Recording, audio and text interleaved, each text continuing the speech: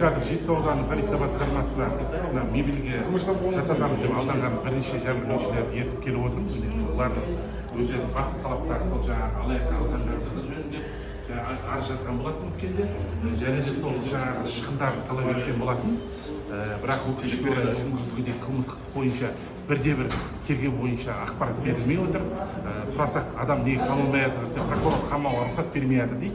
Қазір прокуратураға да барамыз, ол жақтан да анықтаймыз.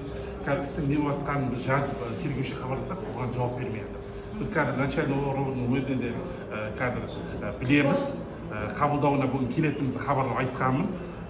Шынашылық өзі маған жаңағы тергеудің бастығының номерін берген, соған хабарласып білсең болады дейді. Бірақ өкінішке орай ол жауап бермейді маған.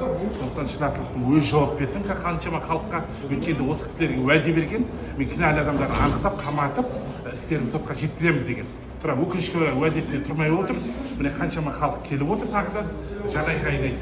Сондықтан ішке кіріп шығамыз, іштен шыққаннан кейін тағы да міндетті түрде бөлісетін боламыз.